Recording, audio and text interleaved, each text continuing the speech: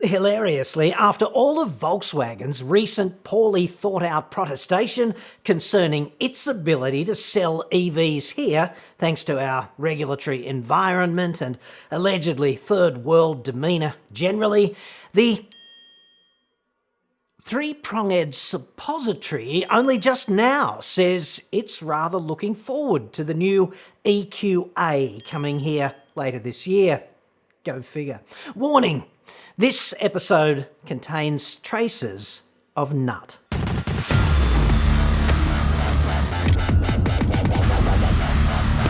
I'm John Cadogan from AutoExpert.com.au and I get new cars cheap for buyers here in Australia. Website for that, obviously, or you can just, click the card that's up there now, dude. Apparently, the Ghermans don't really talk to each other all that often or share their hymn books because Volkswagen is falling all over its vegetables right now to denounce Australia as some kind of third world shithole, I'm paraphrasing, while the Shuriken Suppository Factory sees a real opportunity here for its new compact EV SUV called the EQA. Dealerships will receive their allotments of the all-electric EQA later this year, and you can order one for your very fine self or your lovely wife from next month, if you'd like to. As you know, not such a huge fan of the old three-prong, truth to tell. They do try, and occasionally they must, do the right thing. They're better than Volkswagen, though. Not hard, I know. The point is, it's a free country, dude. If the EQA moves you in some way, down there, towards the PowerPoint, if it flips some kind of switch on, let the current take you, dude. Resistance is futile in that state, generally. Shirt even says so today. And if Shirt... Sorry, didn't mean to shout. And if Shirt says so, must be true. And who knows, ultimately, EQA may not be a DOG. It offers a range of up to 480 kilometres and it comes with a ChargeFox rapid charger subscription for longer trips, and I've used ChargeFox and I would suggest, in my experience, they're awesome. The app is great. And the charging worked, which is always, kind of important. EQA has a 66.5 kilowatt hour battery, and according to official suppository data, the electron consumption is 16.2 kilowatt hours per 100 kilometres for the mathematics and physics cognoscenti out there. The price is kind of interesting too, $76,800 inclusive of GST and luxury car tax. There's also a somewhat wanky Edition 1 version of this vehicle with a, lube dispenser and other self-righteous and otherwise masturbatory features, should you want to be, the most annoying guest at the world's most boring dinner party one day, for an additional $7,300. What I find absolutely fascinating about this vehicle is actually two things, right? No word from them on just how damn difficult it was to justify selling it here to the factory back in Germany, which is completely at odds with Volkswagen's recent bullshit, oxygenated far too extensively in car advice, in my view. Link to my report on that up there, memory serves. If I don't go senile between now and posting. It's always a risk. Equally fascinating on this vehicle, the price. Roughly the same as a Hyundai Kona Highlander Electric, which is a vehicle I drove for approximately one global pandemic and 10,000 kilometres, and roughly equivalent on size and range and other key operational characteristics. Of course, the EQA does display the coveted Shuriken suppository badges, front and rear, and on the steering wheel as well, I suppose, just for completeness. It's all so damn compelling to so many people, isn't it, that kind of thing? And for mid-70s, if that's in fact how this plays out, which one do you suppose the average person would prefer to be seen alighting from? And even if it's 10 grand more, the price still seems pretty sharp. So I'd suggest the advent of EQA is also going to constitute something of a fox in the henhouse moment for Hyundai with vehicles such as the Kona Electric, and also be a cause for concern over their new Ioniq sub-brand, which is getting closer and closer to debut. And also for Kia with its EV6 seemingly under consideration for Australia as we speak. Volkswagen's not worried, however. It already has its excuses for failure to sell its EVs here perfectly well sorted. Yes. According to those assholes, it's all our fault. Over to you now, well, two of you. Firstly, an apparent legal expert in the comments, a dude named Ray Gale. And warning, this section may contain traces of nut. Cheating, conspiring, illegal criminal acts? Whoa! If you read the emissions legislation enacted at the time, nowhere, anywhere in the Act did it say the emissions levels had to be maintained anywhere other than under controlled conditions. Ray. Dude, if you're going to convince us that you've gone to the trouble of reading and interpreting hundreds of convoluted pages of highly technical emissions legislation, it might be a really good idea to be able to spell basic words, including nowhere and anywhere. And there's no need to put a full stop after an exclamation point, dude, and 3 question marks, come on. It doesn't make it more of a question. It really doesn't. In particular, the full stop and the exclamation mark. Like, don't you think that's just a little bit belt and braces? Just saying. But do go on, because I know you want to. Sure, we all know the implied intent of the law, but it wasn't actually in writing. Still isn't, as far as I know. Having worked for German, Austrian companies, they take words totally literally as written. If anyone should be blamed for VW killing potential customers, it should be the people who word and enact poorly written laws. P.S. I have no time for VW, as they must have had someone in the company who would have realised what was going on but chose to keep quiet.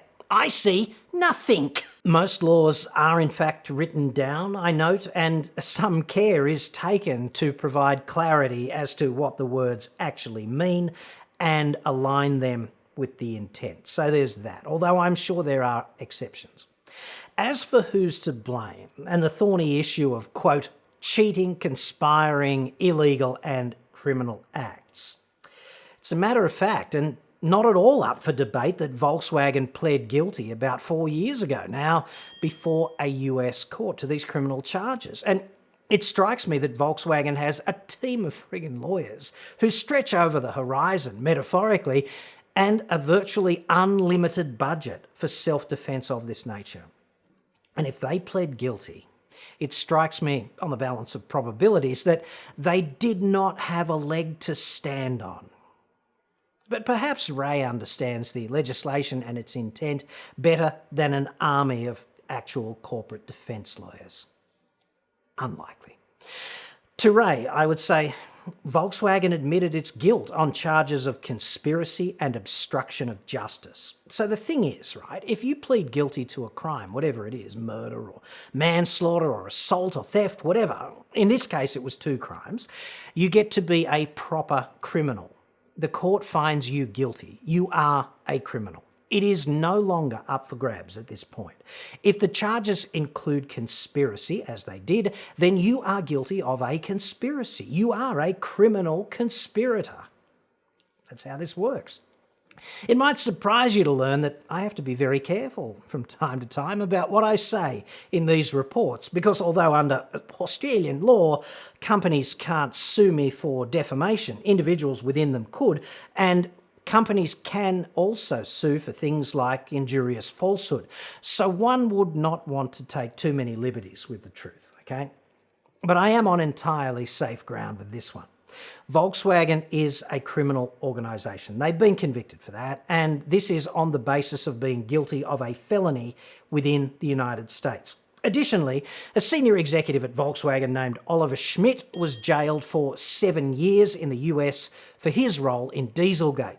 He was arrested on his way home from a holiday in Florida in January of 2017, and he was extradited back to Germany in mid-2020, allegedly to serve the balance of his sentence there, but the Ghermans released him in January of this year. So he only played in the big house until about half-time, sentence-wise. An indictment in the US against former Volkswagen Chief Executive Officer Martin Winterkorn was unsealed on the 3rd of May 2018. And the charges included conspiracy and wire fraud there. There are 4 counts, and I think some other executives were charged as well, but I'm not so sure they've been named. Unfortunately, Germany does not see fit to extradite its citizens to the USA. So it seemed at the time as if Mr. Winterkorn had dodged rather a substantial bullet, but then in April of 2019, which is just shy of a year after being indicted in the US, German prosecutors charged Winterkorn with 4 counts of fraud over Volkswagen's systematic emissions misdeeds. If he is found guilty of this, right, and that's still sub judice, as I understand it, he could be in the slammer for up to a decade. And he's a dude aged 73, so that would essentially be a life sentence for him. And now this from Giles Pargeter. Well, all that you say about Volkswagen's criminal emissions fraud is certainly true. However, no matter how cleverly you deflect from the point they make and wriggle acrobatically around on the pin they stuck you on, it seems Australia is indeed rapidly becoming the world pariah in its approach to vehicle emissions. Okay, so I'm happy to cop criticism, and I'm also overjoyed to be proved wrong, and I will cop both of those. But if you are going to have at it on something like emissions, I'd suggest it'd be so nice to be able to spell that word correctly consistently. And the apostrophe in it's, dude, like, that's a crime against literacy right there. In fact, I do not disagree that we are fast becoming something of a third world shithole here in Australia, which would be part of the reason I call the joint Shitsville routinely, and the whole reason that I launched my bid to become your next Prime Minister under my Make Australia Less Shit campaign. In my considered view, and with all due respect, my long-held public position on this is that the useless federal government should ignore lobbyists, and it should tell the fuel wholesalers, the refiners and the retailers to fuck right off forthwith and urgently implement world-class fuel quality standards here, especially vis-a-vis sulphur levels in petrol, which are way too high here compared with properly developed countries. And I've said this publicly many times. This would allow the earlier adoption of Euro 6 emissions regulations, but I have not said this so that Volkswagen arseholes can sell a few EVs here, but rather to improve urban air quality and thus benefit public health. I'm not deflecting on this point at all. In fact, I have confronted it head on in many reports here on YouTube, on my blog, and as well as on radio and television. Not that those last two matter too much anymore. My issue here is Volkswagen chiming in on emissions regulations to suit their own grubby, self-serving agenda and engineer a seemingly blameless excuse for selling very few EVs here, or none. Like, we simply can't do it in this regulatory environment. It's all your fault, Australia. I'd suggest that's bullshit. If Mercedes-Benz could do it with an EQA and Hyundai can do it with their Kona Electric and they're going to launch Ioniq here in the current regulatory environment, there's no reason why Volkswagen could not do it also. Giles went on, entertainingly. I suggest it would be far more constructive to apply your engineering skills to solutions that will leave the world around you a better place for your children than it was when you inherited it from your ancestors.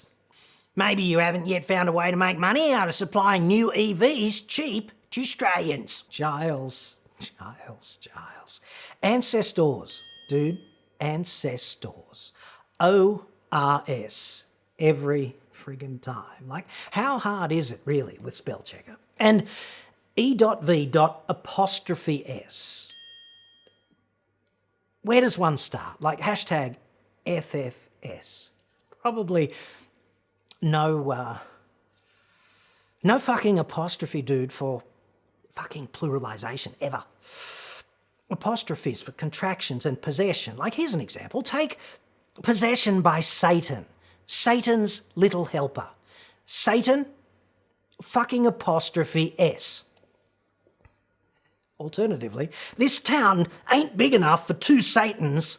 No apostrophe, dude. That's how this works. And the really funny thing, at least to me, about sitting here on this side of the screen is all the people who line up to tell you how to live your life better, more constructively, whatever, how to comport yourself better. It's like every time there's an upload, there's this tsunami of advice about how you could have done it better from people who have never sat here, not for 1 second, and tried to do it. So there's that. And there's so much conflicting advice. And the best way to deal with this, if you're thinking about having a crack, is, of course, don't care. As I always say, right? If at first you don't succeed to care, then just give up, dude. Like, you know you want to. It's so liberating. It seems to me that waging war on bullshit is an entirely constructive and worthwhile pursuit that, in my view at least, far too few people in our society engage themselves in. Far too much of the media, in my view, is actively engaged, just sucking away down there on various, let's call them, vested interest vegetables. The better to appease all of these organisations and service bad incentives in the marketplace. And you, on the other side of the screen, to me, are the casualty here when this happens. This happens in every segment of the media too, right? From politics to consumer goods like cars and tech and cameras, whatever, and of course holidays and real estate. There's a lot of toe touching in the media, I note, and very little hamstring tightness. Yes. So I'm quite happy being a constructive exterminator of car maker bullshit. It's kind of the groove that I fell into. And nobody else is apparently lining up to eliminate this plague like some kind of frigging Pied Piper, only focused on infestations of human rats. So someone's got to take out this trash if the world is to be a better place, and if we are all committed to making Australia less shit. Finally, we make money getting discounts off EVs exactly the same way as we do for internal combustion cars. Like, it's a pretty simple process. We fight dirty with dealers so that customers don't have to, and we know the rules. It really is that simple. It's powertrain independent, in other words, so there's no need to be a little whiny biatch about that, Giles, right at the end. No need whatsoever. Why don't we have respectful discourse concerning the issues that are raised in different reports, and less advice and all sorts of speculation on you might not be able to make money out of that? Fancy what would happen to society if we had respectful debates orbiting the facts.